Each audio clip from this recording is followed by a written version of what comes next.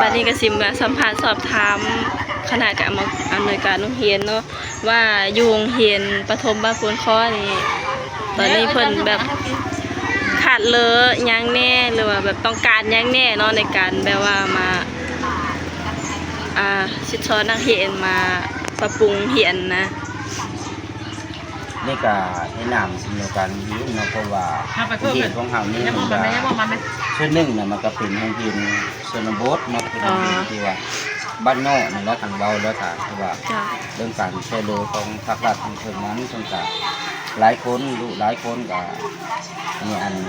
บางอันก็โทรถึงบางอันก็ไม่โทรถึงโดยเฉพาะอยู่โรงเรียนของเฮานี่น่ะสิ่งที่ว่าพวกเฮายังขาดก็คือว่าเดี๋ยวได้เนาะเดี๋ยวได้น้ำขึ้นเห็ดเป็นอ่างล่างหนึ่งคือแบบตัวนั้นเนาะได้กินเด้อนี่อันหนึ่งมาก็จะได้แล้วก็สองมาเนี่ยจะได้เครื่องดินกีฬาพวกบานเต้พวกบานส่งเจ้าเนาะแล้วก็เครื่องดินของอนุบาลผู้น้อยเจ้าว่าเขาก็ไม่พูดว่าเครื่องดินของอนุบาลนี่นะและจะได้คำเป็นไปได้ก็จะได้เครื่องดินกลางแจ้งแบบนี้แล้วเนาะเป็นโอนสานี่เป็นมาตรลูกนี้ก็ถือว่ามันมีเพิ่นจะมีบอลหาอยู่เพิ่นก็มีบอลคายอยู่เนาะมีบอลเนาะหาอยู่เนาะถึงสวรรค์อยู่แถวสวรรค์เฮาก็มีเนาะว่าจะได้เป็นก้อนเนาะถ้าว่าเป็นไปได้ก็เดี๋ยวทาง F4 นั้นเนาะผู้ใหญ่ใจบุญเพิ่นเห็นภาพนี้แล้วก็ขอความช่วยเหลือนำเพิ่นนั่นแหละเนาะเดี๋ยวซอยทางเห็นตรงเฮาเนาะก็คือได้น้ำช้างได้น้ำพื้นจะอ่างล้างมือให้เด็กน้อยแล้วก็เครื่องเครื่องลิ้นหรือเครื่องบอลอยู่เสาของเด็กน้อยอนุบาลก็เป็นโอนสาบ่มาตะลูดบ่ถึงเนาะดังที่เห็นนี้เป็นหลักฐานที่เห็นนี้แบบถ้าเป็นมูลค่านี่มูลค่าเท่าใดตัวนี้ก็เนาะที่ว่าเฮาซื้อมาในช่วงนึงน่ะมันก็ตกอยู่อันนึง800,000เนาะอันนึง800,000ประมาณ1,000 กว่าเนาะอันนึงประมาณ1,000 กว่าบาทเนาะเป็นเงินไทยเนาะนี่ว่าเห็นครับว่าต้องการที่สุดก็ลูกหลานมาแล้วมันมีพอกันเวลาขึ้นนั่งขึ้นดินขึ้นเสานะญาติกันให้ญาติแน่นอนญาติตีกันพืชอยู่จะได้เนาะอันหลักๆไว้ตัวนี้นะกับเครื่องดินกีฬาของนักเรียนสายประถมพวกมาต้อพวกมาบานส่งคือว่านี่คือว่าโรงเรียนเฮายังขาดแคลนหลายที่สุดเนาะตัวนี้นะอื่นๆในโซนอุปกรณ์อื่นๆเป็นการที่นี้ของเฮาก็ยังมีเนาะพอได้ใช้นำภาครัฐอยู่แต่ว่าขอนำทางผู้ใหญ่ใจบุญทาง FC เนาะของสาวผู้ไทยนี้ถ้าเป็นไปได้ก็จะช่วยเหลือเนาะขอความช่วยเหลือแม่นเนาะขอความช่วยเหลือนำแล้วก็FC อันต่อไปถ้ามันเป็นไปได้ก็ให้มันเป็นตั้งนั่งแบบธรรมดาเนาะอยู่ได้เสื้ออยู่6ไม้คือแบบนี้แล้วเนาะตั้งนั่งธรรมดาแต่ว่าแบบภาษาบ้านเฮานี่ยกตัวอย่างแบบนี้แล้วนี่ตั้งแบบตั้งตัวนั้นเนาะตั้งแบบยาวตั้งไม้ตั้งไม้เนาะเดี๋ยวเป็นไปได้ตามการมีมูลค่าก็สูงบ่มีสูงบ่แต่ว่าพวกเฮามันยังขาดแคลนอยู่ได้เป็นช่วยเหลือกับเขาก็จะได้เสื้อว่าจำพุ่มเพื่อลูกหลานได้นั่งลิ้นได้นั่งได้พักได้เช้าบ่เวลามาอยู่มาแม่นเนาะตัวนี้แล้วเนาะขอบใจทางช่อง YouTube ของอันสาวผู้ไทยเนาะแม่เลี้ยงเดียวช่วยเหลือแม่เลี้ยงเดียวมาช่วยเหลือเป็นต้นเป็นนำเอาข้าวจี้แล้วก็ของครอบครัวของนางจังซุยเนาะที่คนนำเอาแม่นวุ้นเอาวุ้นมาช่วยเหลือในโอกาสวันครูครั้งนี้นะคือว่าแสดงความขอบคุณขอบใจได้หลายใส่ให้ก่อนมีสุขภาพเข้มแข็งเพิ่นทำสิ่งเลยให้กิจการเลยก็ขอให้มีความเจริญรุ่งเรืองแต่คิดว่าในโอกาสหน้าโอกาสไหนเพิ่นอาจจะมีของขวัญรางวัลต่างๆมาช่วยเหลือทาง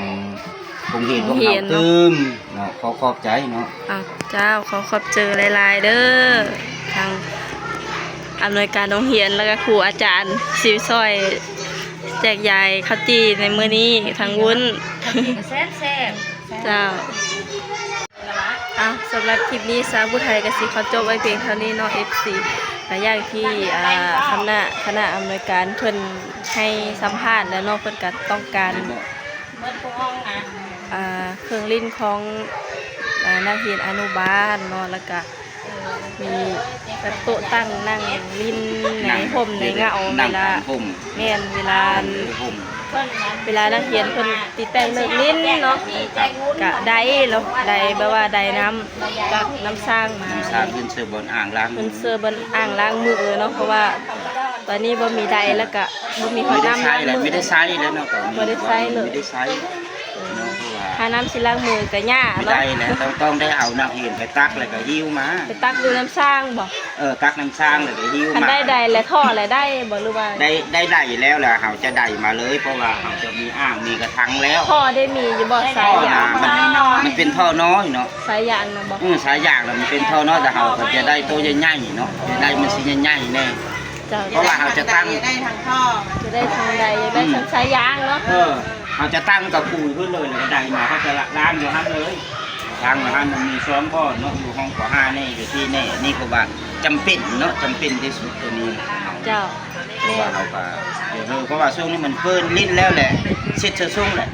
แรกเขา เป็นทรงเสื้อขาว มั เนาะ นเป็นแบบนี้น่ะนะเพราะว่าเขา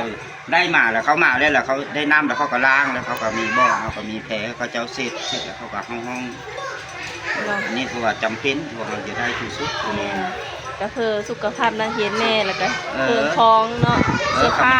ถ้ามันได้ก็แห้งได้อันเป็นอันกระทังมาแห้งคักเลยกระทังตัวมันปิดเปิดได้พวกเฮาซีกระปุยพอซื้อนี่แล้วซีกระปุยมันแล้วก็เอากาวติดเอาแล้วก็เปิดมาเอาเมดแล้วก็ได้น้ำขึ้นมาเชื่อแต่ได้เฮาไม่ได้แทงอยู่ของมือนี่เนาะ บ่ได้แทงสีกระปุยแล้วก็เอากาว ซีกระ ปิด ปุยเอากาวติดแล้วก็เปิดก๊อกมาได้น้ำขึ้นซื้อแหละนี่คือว่าจำเป็นที่สุด แม่น มันถูกต้องกับหลักการของการรักษาสุขภาพของเด็กอยู่ในโรงเรียนแต่เราเด็กแบบนี้ตัวนี้นะถือว่าเราต้องการข้อมูลนะรักไว้สิต้องการรักไว้สิตัวนี้ได้ สายยาง ได้ครับสายยางขนาดสายยางนี่ก็สิอยู่ประมาณมุงที่เฮาใช้มันเป็นท่อน้อยแล้วมันได้มันเด็ดซีไว้ก็สิอยู่ประมาณมุงประมาณ50 เมตรเนาะ ประมาณ50 เมตรบ่สาย ประ ยาง มาณ50 เมตร อ๋อเจ้าสายยางประมาณ50 เมตรเนาะก็สร้างมา เพราะว่าช่างเขาจะใช้ช่างตัวน้องช่างตัวหลังตัวนี้อยู่ข้างในตัวนั้นมีนะครับตัวนี้ตัวนั้นเขาไม่ได้ใช้จงไว้เห็ดตัวโค้สั่งตัวนั้นและก็อยู่ในซูงไปเชื่อเดิน11เนี่ยนะพวกเขาทำเห็นพวกเขาก็ได้มีการเห็ดซูงตัวน้อยคงเห็นก็เป็นตะนางยางเนาะตะนางยางหรือตะนางเป็นเสื้อเพกเขาธรรมดานี่ก็ได้เนาะเพราะว่าเขาได้เห็ดโฮแล้วแหละอ้อมแล้วก็ผ่านนิดน้อยหนังเห็นนะปลูกพักชนิดต่างๆนั่นแล้วนี่ก็คือว่าจำเป็นที่พวกเขาจะได้ในทรงนี้เนาะพอความเจริญในทรงนี้นั่นแหละ ช่วงยามแรงนี่เนาะ ช่วงยามแล้งนี่ น้องๆเห็นออกแห่งงานปลูกพักอะไรกัน ปลูกพัก เจ้าก็จะได้ตะไคร้ยางหรือว่าตะไคร้เสิร์ฟก็ได้เนาะมาอ้อ แต่ ม เดินก็ได้แต่ว่าสมัครอ้อมนะ เวลาเป็นเป็นงานหรือว่ามันใหญ่แล้วก็น้องๆนักเรียนก็เอาลกมือกินได้ นกมา เนาะ กินได้มาสู้ครอบครัวกินได้เนาะนี่ จ้ะ คือว่าเป็นการเพิกลูร้านเนี่ยได้รู้จักการปลูกการพัง แม่น เนาะได้เห็นอยู่ที่พวกเขาได้เบาะสอนแบบปลูกแบบพังเสือพุ่นต่างๆเฮ้อเนาะ จ้ะ เพราะว่าถ้าเขาได้มานี่นะได้มาแล้วเลยมันก็เรียกว่ามันมืดฤดูกาลมาแล้วเขาก็ได้เก็บเมนเดี๋ยวคืออ้อเราเก็บเมนไว้สมใช้ปีต่อไปมันก็สามารถใช้ได้ดน เจ้า แต่เขายังขาดถึงขาดหอนเนาะมันมีได้ แม่น เว่าซื้อแบบนี้ว่ามันมีได้ แบบโรงเรียนกับโรงเรียนแบบส่วนหลายก็เป็นโรงเรียนเอก ค ช ง น เห็น บ่ คงเห็นบ้านนอกชนบทนี่แล้ว โรงเรี ข ยน องรัฐอยู่แต่ว่าคงเห็นน่ะมันเป็นโรงเรียนชนบทนี่แหละเนาะบ้านนอกมันไม่ได้ได้ แต่เพิ่นก็ช่วยเหลือบ่ทงปาน มี ใด ทันแล้วคือภาครัฐเพิ่นก็แบ่งพุ่นแบ่งพี่ แม่ ช่วยได้ หลายบ่ บ่ อน อื่นๆส่วนนิ่งๆน้อยๆกับส่วนหลายคืออันส่งก้อนของเห็นของเฮานะก็ได้จากอันFC ของอัน สาวทิพย์ ทิปเซเนลก็มีพัดลมมีพัดลมแน่เนาะเพิ่นมาเฮา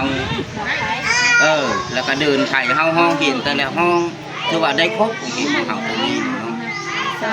นำสร้างอีกก็นุ่งน้อยเพิ่นมาประกอบแล้วก็มีเครื่องอัดเอกสารนี่แหละตัวเครื่องอัดเอกสารนี่ก็มันจะเป็นที่ว่าเฮาก็ต้องการมันมีได้ ก็แล้วอยู่เขตนี่ถือว่ามันไม่แทบว่ามันไม่ได้เครื่องอัดเอกสาร อยู่โรงเรียนแต่ละโรงเรียนชนบทนี่บ่ มันไม่ได้นะ ไม่ได้เลย ไม่ได้เลยเพราะว่าได้ก็แม่นสิได้มาแต่ส่วนหลายก็ได้มาแต่ภาคเอกชนเนาะจาก โอ้ ชุมชนหรือว่าผู้ใหญ่ใจดีเพิ่นซื้อเฮ้อ เพิ่นใจดีใจบุญเพิ่นซื้อเฮอเนาะ คือก็โน่ของเฮามานี่สายไฟมันห้าอันนึงคือว่าจำเป็นนั่นแหละเนาะหากใช้อุปกรณ์การศึกษาเนี่ยตัวนี้นะเขาคือว่าจะได้ผู้ว่ามูลค่าของมันหน่วยอันนี้นะมันก็ตกอยู่หน่วยหนึงฮอดคุณใด แพง ฮ เติ อบ ด4,000ผู้ใด โอ้ หน่วยหนึง4,000และ 3,900 บาทซื้อในนี้มันก็ต้องอยู่ 4,000 ส่วนหลายอุปกรณ์ทั้งหมดถ้าว่าหากผู้ใหญ่ใจดีเพิ่นช่วยเหลือมานะทางโรงเรียนพวกเฮาน่ะจะไม่ได้หักเป็นเงินเนาะเว้าในนี้จะไม่ได้หักเป็นเงินจะหักเป็นเพียงอุปกรณ์อย่างเดียวโลดเนาะ โอ้ เพราะว่าโอ้เพิ่นสิโอนมาเฮ้ออันน่ะทางอันช่อง FC ของอันชาวอันของไทยเนาะแม่เลี้ยงเดียวนี่น่ะสิส่งเป็นเงินมาให้โรงเรียนซื้อนี่พวกเฮาหา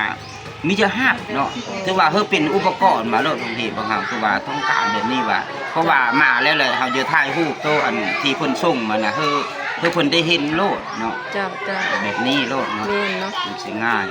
ยกว่าเนาะ อ๋อประมาณนี้เนาะ แนว FC นั้นเลยเนาะขอบเจอเนาะ เจ้าขอบคุณหลาย ครับอันน่ะเฮ้อเพิ่นช่วยเหลือนั่นแหละเนาะ ๆเจ้าเจ้าอันนี้คือสิ่งที่เพิ่นยังขาดแคลนต้องการหลายเนาะอยู่โรงเรียนคือโพดคอเมืองจำพรเขตสวรรณเขตเนาะก็เป็นโรงเรียนที่สาวผู้ไทยได้เรียนอยู่นี่เนาะจะเป็นกอไก่ขอไข่อยู่ได้นี่เลยเนาะเป็นแต่น้อยจนใหญ่เป็นแต่อนุบาลจนฮอดป .5 เนาะ